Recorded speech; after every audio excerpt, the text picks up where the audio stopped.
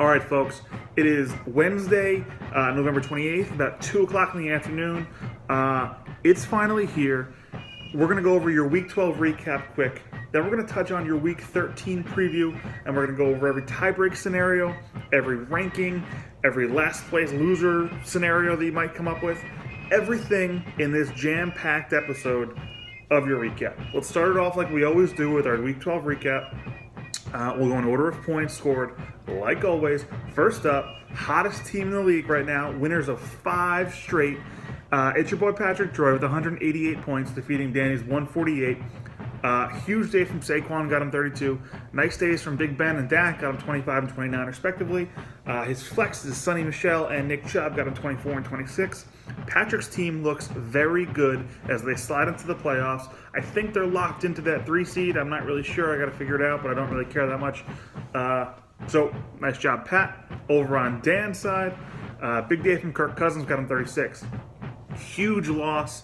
Quarterback Andy Dalton got 10 points and then got placed on IR after the game. He's going to have to rely on Nick Mullins this week to step up and make plays for him. We'll see how that goes. He's going to need some help. We'll get into that in a little bit. Moving on now to Ryan's 104 to TJ's 176. I think we all kind of saw this one coming from Ryan. He had 4 of his 4 best players on a bye, so no surprise here. TJ's side, 30 points from Andrew Luck. That's a nice day. Zeke got him 25. Lamar Miller got him 26. Eric Ebron got him 19. He's going to see a big uptick in points. So TJ's team looks pretty good heading into the playoffs. Next up, we had Cole's 174 defeating Your Commission's 130. Cole, big day from Christian McCaffrey, got him 41 points. Jameis got him 29. Julio got him 21. Zach Ertz got him 18. Nice day, 174 points. Very impressive as he heads into the playoffs. He's going to win the Ashley Adams division. On my side, not great, not terrible. Needed some more from some guys. Carson only got me 15. Russell Wilson got me 29, which is nice. Ravens defense, big day, got me 22. Had a couple of duds in there, so I'm going to need more if I'm going to make this thing and make a run. But we'll see. Moving on to Coyle's 161 to Sokol's 110. Coyle, winner of 3 straight, looking very good heading into the playoffs. He's got a scary lineup if you look at it, folks. Tom Brady got him 23, as did Matt Ryan. Joe Mixon got him 19. T.Y. Hilton got him 19. Devontae Adams got him 15. And finally, Amari Cooper with a huge day on Thursday. Gobble got him 37 points. He also had a lot of points on his bench, so if Coyle's team can kind of put it all together here, which it looks like they're going to, he's going to have a nice shot at this thing as we head down the stretch. Over on Sokol's side, nice day from Lamar Jackson, got him 20. Tyler Lockett got him 22. Eli Manning got him 15. Texans D got 11. Nobody else in double digits, so not great there from Sokol. He's got a very good chance of wearing a dress come this spring. Then we had Reynolds 160 defeating Jensen's 119. Reynolds got 24 from Cam, 27 from Mariota, 19 from Melvin Gordon. That's going to be a big loss for him as he heads down the stretch here. 18 from Stephon Diggs, 18 from Matt Breida. He also had a kicker on a bye. What are you going to do? Still won a week. On Jensen's side, Mahomes was on a bye. He doesn't have any quarterbacks to replace him because he's got Flacco, who is out, and Garoppolo on IR already, so he couldn't put anybody in there. Colt McCoy got him 17 points. Jensen's really hurting a quarterback without Mahomes. Fournette gets suspended after this game, but he finishes with 24 points. Nice day. Juju gets him 34 points. That's a big day for him. Kelsey was on a bye at tight end. He didn't have any other tight ends, I guess, so played with him on a bye. Emmanuel Sanders got him 18.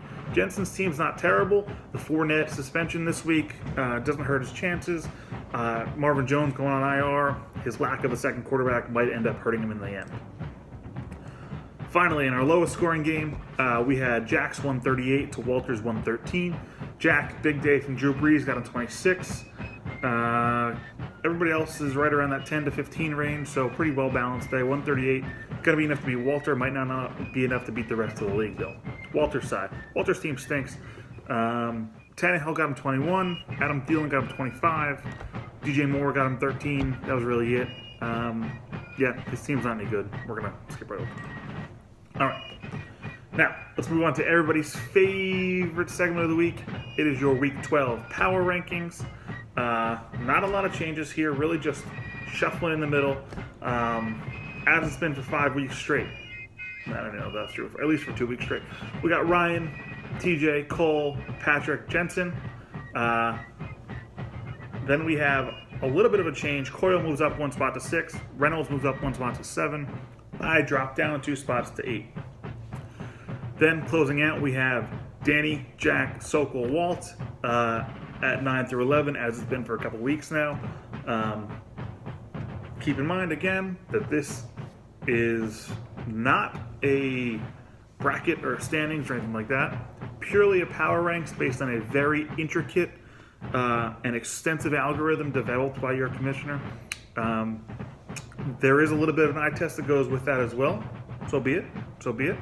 But it is a very, very deep formula that comes up with these rankings.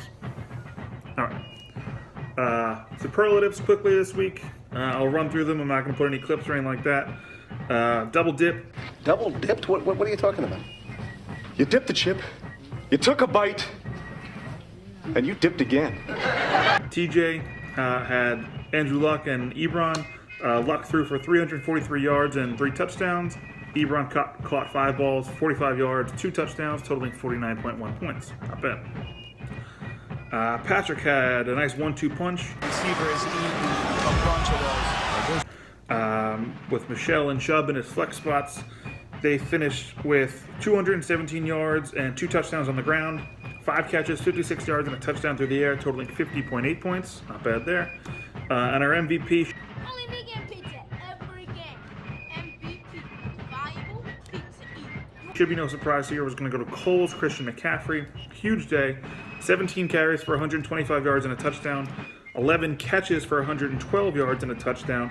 He hit the bonus on both receiving and rushing. So finished up with whatever it was, 40 some odd points. Nice job there, Cole. All right. Now, let's move on to the important stuff, folks.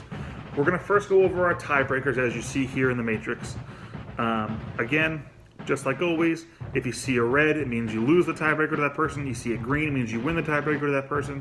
If you see a 0, it means that you either split with them or you haven't played them yet. If you see a 2 as opposed to 1, it means you've either lost 2 or won 2 against that person, but you get it. So, with those tiebreakers as they are, here is our current bracket as it stands today. No surprise on the left side, Ryan's the 1. Your commissioner moves on down to 8. Jensen sitting pretty at 5. He's locked into the playoffs. Cole sitting pretty at 4. He's locked into the playoffs. Over on the right side, TJ's at 2, as he has been. Reynolds is in the 7th slot at this point.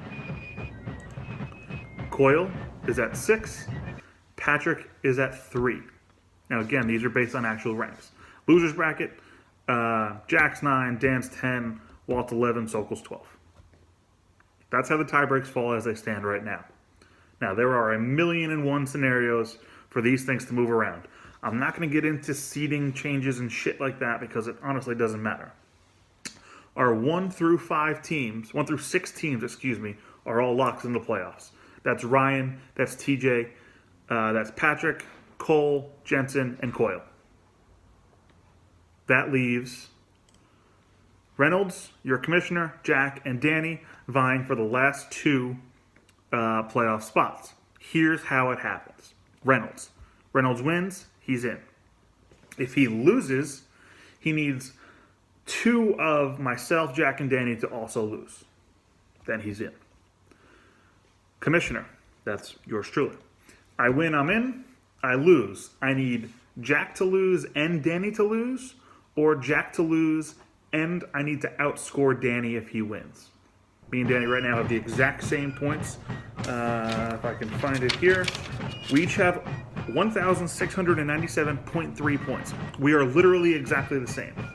If me and him are tied, it's going to come down to this week's point total to see who makes the playoffs. Jack. If Jack loses, he's out. If he wins, he also needs Reynolds to lose or your commissioner to lose. One of those 2 loses, he's in. Danny finally. Danny loses and he's out. Danny wins and he's got 3 different paths to make the playoffs. Now we're going to go over each one by one.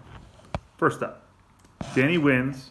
He needs Reynolds and Jack to lose, or Reynolds and your commissioner to lose, or your commissioner and Jack to lose, and he outscores your commissioner. That goes back to that tiebreak in the points that we went to before. So Dan's got 3 paths to victory, making the playoffs, with a win, obviously. Jack has 2 with a win. Reynolds has, I'll say, 1 with a loss, and your commissioner has 2 with a loss. Now, if anybody has any questions on the tiebreaks and how they pan out, let me know. I'll explain it to you as much as you need, but I'm going to go with I'm pretty correct here anyway. So, now, that's to get into the playoffs, all of our scenarios. What about those folks that are already out of the playoffs, trying not to end up in a dress come March? Well, those are 2 people, Sokol and Walter. Sokol, if Johnny loses, because Johnny has lost to Walter already this season, he loses that tiebreaker. Johnny needs to win this week, as well as either Walter loses or Danny loses. Now, we'll get into why in a second. If Sokol loses, he's in the dress. He wins. He needs Walter or Danny to also lose. If Walter loses, he needs Sokol to lose. If Walter wins, he needs Sokol to lose or Danny to win. Now, how does Danny fit into this shit? Well, Sokol and Walter are tied with records right now. Walter, we'll say, has a half-game lead because of their tiebreakers. If both were to win, then they have the same record, obviously. Same thing. If they both win and Danny loses, it is a 3-way tie. Now, because it's a 3-way tie, we first go to head-to-head tiebreakers amongst the 3 of them. They've each won 1 and lost 1. So it's a nice little circle there.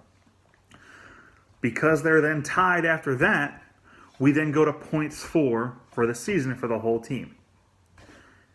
By doing so, as it stands right now, Danny would be in the lead with 1,697 points. Pretty good. Sokol would be next with 1,605 points. Walter would be last with 1,479 points. That means that if Walter wins and Sokol wins and Danny loses, Walter's in the dress. So Walter has multiple ways to end up in a dress in this thing. Sokol, if he wins, he needs one of those 2 guys to lose, or he's going to be in the dress. Again, if you have any questions on that, let me know. I can explain in more detail. But now it all goes to, who do these teams play? Because they all really don't play each other at all. Who do these teams play to determine what happens this season? Well, we're not going to go over each game player individually because most of it doesn't matter. But take a look at who each team is playing head-to-head wise. So our biggest spread of the week is 47 points. That is Ryan over Sokol. So Johnny's got a tough road ahead of him. If he loses, he's in the dress. Next up, we have Cole is a 32-point favorite taking on McCallum. That one could be tough for Dan. He needs to win to have any shot whatsoever. If he loses, he's out. Next up, we have a 25-point spread on this one. That is Coyle over Walter. Walter needs to win and get some help in order to not be in the dress, or lose and get some help and not be in the dress. So a lot of different options from that one. Then we have Jack as a 20-point underdog taking on TJ. Remember that Jack needs to win and get some help in order to make the playoffs. So that one's going to be tough for him against Tej. Then in basically identical lines, about 4.8, 4.9 points, we have your commissioner taking on Jensen. I win, I'm in. If I lose, I need some help. And we have Patrick as a 4.8 point favorite taking on Reynolds. Reynolds wins, he's in. He loses, he needs some help as well. So, my game with Jensen and Reynolds' game with Patrick all have big playoff implications and are all looking to be pretty close right now. The rest of them slated to be blowouts. Whether or not that holds up, we'll find out. I don't know. But right now, they're all at 20-plus points.